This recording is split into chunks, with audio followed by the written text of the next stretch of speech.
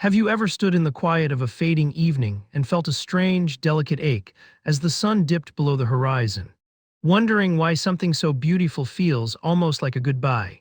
Or perhaps you have finished a book you loved deeply and felt a heavy yet sweet silence as you turned the final page, realizing that the world you had been living in was now close to you forever. And in that moment, have you ever asked yourself why the most beautiful things often carry a shadow of loss? And why the moments that mean the most to us are often the ones we cannot keep. Welcome, and thank you for slowing down enough to be here, for stepping out of the noise and into this quiet space, where we can reflect on a feeling that is familiar to almost everyone, a feeling that doesn't demand a solution or a fix, but simply asks to be felt. And while it might seem strange to spend time thinking about endings, there is a gentle possibility that the way things end is actually what gives them their value, and that the fleeting nature of our experiences is the very engine of their beauty. So let's walk through this thought together, not to find answers, but just to notice the landscape of our own lives.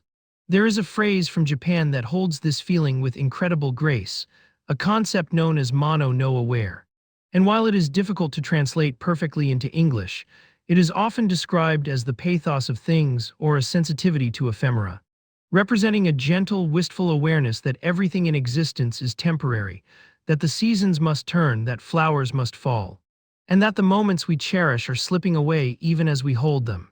But rather than viewing this impermanence as a tragedy to be fought, the sentiment of mono no aware suggests that the beauty is heightened by the passing, that the cherry blossom is most moving not when it is in full rigid bloom, but in the second it begins to fall, dancing on the wind, never to return to the branch. And it creates a perspective where sadness and appreciation are not opposites, but are actually two strands of the same thread, woven together to create a tapestry of deep, resonant feeling. Many people notice that when we stop expecting things to last forever, we start seeing them differently, perhaps more clearly. And you might recall a time in your own life, maybe during the late days of August when the light begins to change, hanging a little lower in the sky and the air turns crisp, signaling that the long, sprawling freedom of summer is coming to a close. And in those final golden days, the sunlight seems to matter more, the warmth feels more precious on your skin, and the sound of the crickets at twilight takes on a kind of urgency. And it feels as though the world is whispering that this cannot be saved, it can only be savored. And this is where beauty quietly begins, not in the keeping but in the witnessing of the passage. It is interesting to reflect on how our memories work in relation to this drift.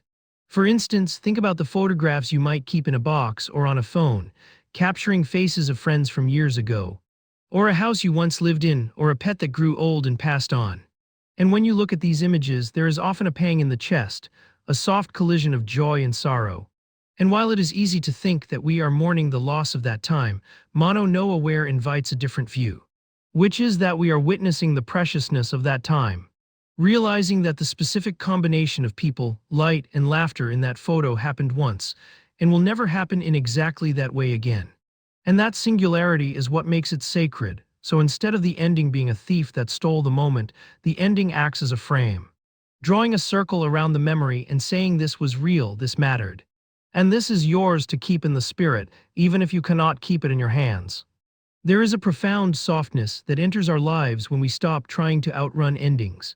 And many people find that resisting the flow of time is exhausting, like trying to hold back a river with open palms. But when there is a gentle surrender to the reality that things change, the struggle quiets down. And we might start to see endings not as failures, but as natural conclusions to specific chapters. Consider the experience of moving out of a home, perhaps a place where you grew up or an apartment where you spent your early 20s. And as you pack the final box and sweep the empty floor, hearing your footsteps echo in the hollow rooms, there is a distinct heaviness, a sense of a volume closing. And yet, in that empty space, there is also a deep appreciation for the shelter that was provided. For the mornings spent drinking coffee by the window, for the tears cried on the couch, for the life lived within those walls. And the pain of leaving is simply the receipt for the love that lived there. A testament that you were present, that you connected, and that the time spent was significant. Here is what endings give us. They give us the gift of attention. For if we knew that a friend would be with us forever, or that we could watch the sun set from the same spot for 1,000 years without change, We might stop looking, we might stop listening, taking the presence for granted because there is no risk of absence. But because we know, somewhere in the quiet hum of our subconscious, that every conversation could be the last of its kind, or that every gathering of family is a unique constellation that may not align the same way again. We lean in a little closer, we listen a little deeper, and we forgive a little faster, realizing that the petty grievances are small compared to the vastness of the time that is passing. It can feel like waking up, this realization that the fragility of life is what makes it vivid. Much like a fragile glass ornament is handled with more care than a stone, our relationships and our days are handled with more grace when we acknowledge their temporary nature. And this isn't about living in fear of loss, but rather living in reverence of the moment. Think of the way a song fades out, how the final notes linger and drift into silence, and how that silence is not just an empty void, but a resonant space where the music continues to vibrate in our minds. And in the same way, the connections we lose or the phases of life we outgrow leave a resonance. A vibration that stays with us, shaping who we become so that nothing is ever truly lost, only transformed. And the innocence of childhood transforms into the wisdom of adulthood. The excitement of new love transforms into the comfort of deep companionship or the lessons of solitude. And the sharp grief of a goodbye eventually transforms into a soft, melancholic gratitude. It is a universal experience to look back and realize you didn't know you were doing something for the last time until long after it was over. Perhaps the last time you played a specific game with your neighborhood friends, or the last time your parent picked you up and carried you, or the last time you walked through a school gate, and while there can be a sadness in that lack of awareness, there is also a mercy in it. Allowing us to simply live the moment without the burden of knowing it is the finale. And yet, as we grow older and more attuned to the rhythm of mono no aware, we might start to sense these endings as they approach, not with dread but with a quiet bow of respect, acknowledging that the curtain is falling and thanking the scene for what it gave us. There is a particular kind of beauty in relationships that shift and fade without animosity, where people simply grow in different directions like trees planted too close that need more light. And there is a grace in letting those connections drift, honoring what they were without forcing them to be what they are no longer.